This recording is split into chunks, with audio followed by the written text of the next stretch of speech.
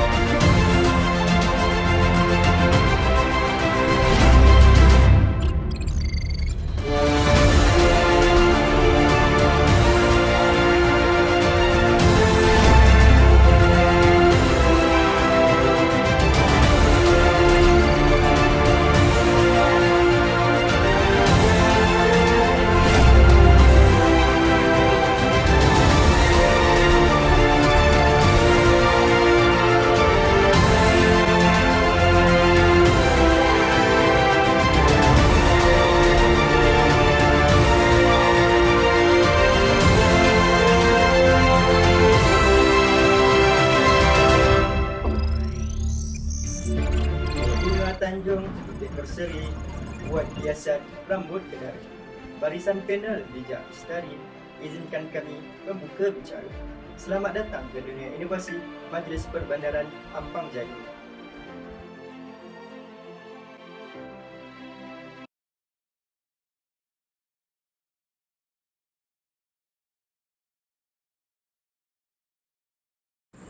Pengenalan ditubuhkan 1 Julai tahun 1992.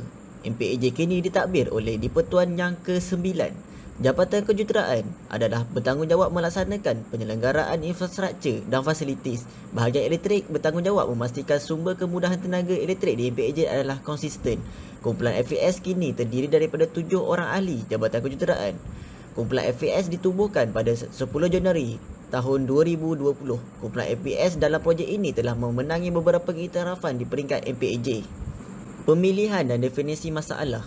Berpandukan garis panduan pasar malam di bawah KPKT, berbangkitlah arahan kepada pihak-pihak berkuasa tempatan untuk memberi pertimbangan kepada usaha-usaha penambahbaikan bagi kemudahan sumber tenaga elektrik di pasar malam.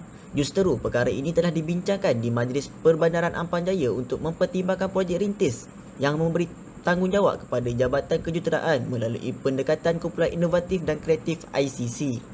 Sehubungan dengan itu, kumpulan FPS telah memulakan aktiviti soal sidik yang melibatkan 35 orang peniaga pasar malam untuk membuat kajian lanjut untuk mendapatkan maklum balas dan data yang berkaitan dengan penggunaan generator, bahan api, tenaga kerja, kos terlibat dan sebagainya. Hasil dari soal selidik yang dijalankan, kumpulan telah merumuskan masalah kemudahan sumber tenaga elektrik di tapak pasar malam kurang efisien sebagai tajuk projek. Masalah ini amat penting dan signifikasi untuk dikaji dan diselesaikan kerana perkara-perkara tersebut antaranya sejajar dengan agenda dan matlamat nasional iaitu pemekasan dan garis panduan pasar malam.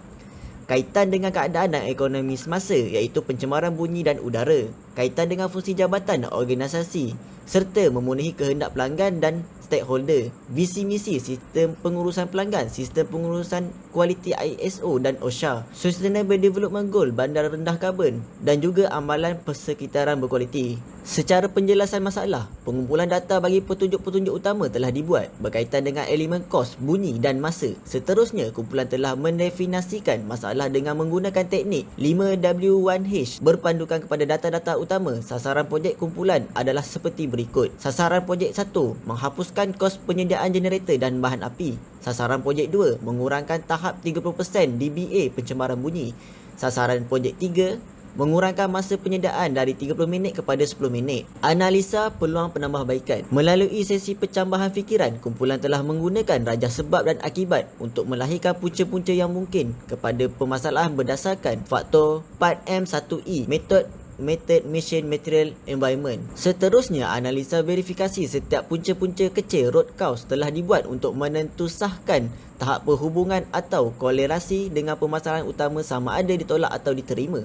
Justeru punca-punca yang saling mungkin telah dipilih dan diterjemahkan dalam gambar rajah sebab dan akibat yang kedua. Sehubungan itu, penerangan lanjut telah dibuat ke atas punca-punca utama tersebut iaitu generator, penyelenggaraan, bahan api, SOP lama, bunyi bising dan kabel berselirat. Cadangan penyelesaian dan pelaksanaan. Melalui sesi pencambahan fikiran juga, kumpulan telah menggunakan rajah pokok bagi tunjang mengenal pasti, melahirkan alternatif cadangan penyelesaian berpandukan 6 punca utama yang dipilih di peringkat analisa. Peluang penambahbaikan disusuli dengan penilaian dibuat berteraskan faktor kos, masa, tenaga manusia. Hasilnya, 4 cadangan penyelesaian telah dipilih dan dibuat analisa kebaikan dan keburukan serta seterusnya sebagai rumusan ke arah peningkatan kecekapan dengan mewujudkan sistem pengurusan kemudahan sumber elektrik di tapak pasar malam yang efisien. Setelah mendapat kelulusan pelaksanaan projek, aktiviti perancangan telah dibuat melibatkan perkara-perkara berikut iaitu lawatan dan lakaran tapak pasar malam, temu bual dengan peniaga, pengunjung dan persatuan serta semakan berperingkat untuk melaksanakan projek, lawatan tapak untuk peringkat akhir sebelum projek dilaksanakan. Seterusnya, proses pembangunan sistem telah dirancang dan teknik scamper telah diguna pakai bagi merangka idea penyelesaian yang berkaitan dengan elemen-elemen yang sesuai bagi pembangunan produk untuk sistem kemudahan sumber elektrik tersebut. Sehubungan dengan itu, aktiviti uji cuba dibuat melalui proses-proses pembangunan sistem melibatkan pemasangan produk dan komponen-komponen secara menyeluruh termasuk tindakan penambahbaikan di setiap peringkat uji cuba 1 dan 2. Akhirnya, peringkat uji cuba 3 menunjukkan sistem yang dibangunkan bersama produk Flexible Power Socket FPS yang dicipta amat berfungsi baik dan keberkesanan bagi kemudahan sumber tenaga elektrik, sekaligus menyumbang kepada kejayaan pencapaian sasaran projek iaitu pengurangan masa mobilisasi, pencemaran bunyi dan penghapusan kos penggunaan generator. Pemantauan dan penyeragaman. Kumpulan terus menjalankan aktiviti pemantauan terhadap data-data utama projek iaitu masa, bunyi dan kos kemudahan sumber tenaga elektrik. Telah adanya FPS justeru jelas terbukti melalui pengumpulan data dibuat menunjukkan keberkesanan pembangunan sistem FPS. Sehubungan itu, aktiviti penyeragaman dipertimbangkan seperti berikut: pengesahan dan sokongan pihak pengurusan, perakuan pihak kontraktor, manual panduan penggunaan FPS, penerangan kepada persatuan peniaga dan penjaja, pengembangan projek untuk 3 tapak pasar malam, persijilan SIRIM, Suruhanjaya Tenaga, kerjasama dengan pihak luaran serta pelindungan harta intelek paten iaitu MyIPO, pencapaian dan ciptaan nilai. Secara rumusan, projek ini berimpak tinggi untuk menyumbang kepada pencapaian terhadap data utama iaitu masa, bunyi dan kos di samping faedah sampingan berikut: penjimatan kos operasi generator RM85,280 dan 3 pasar malam RM255,840. Seterusnya, pengurangan pencemaran bunyi 43% iaitu 92 dBA kepada 51.4 dBA. Seterusnya, penjimatan masa penyediaan iaitu 90% daripada 30 minit kepada 3 minit. Impak kepada aspek persekitaran berkualiti, keselesaan, kekemasan, keselamatan, kebersihan, peningkatan kepuasan pelanggan, peniaga jualan dan kualiti makanan. Akhir sekali, pengurangan aduan berkaitan pasar malam dan imej MPAJ akan meningkat.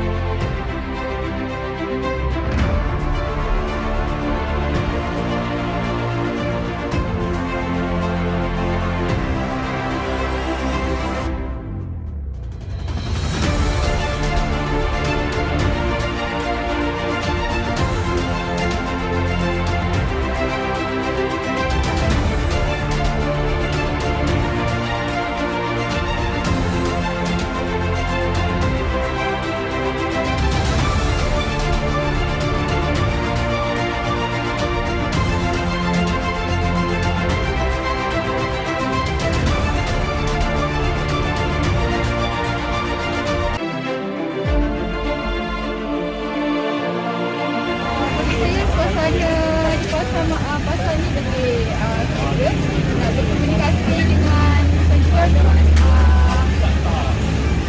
lebih lah.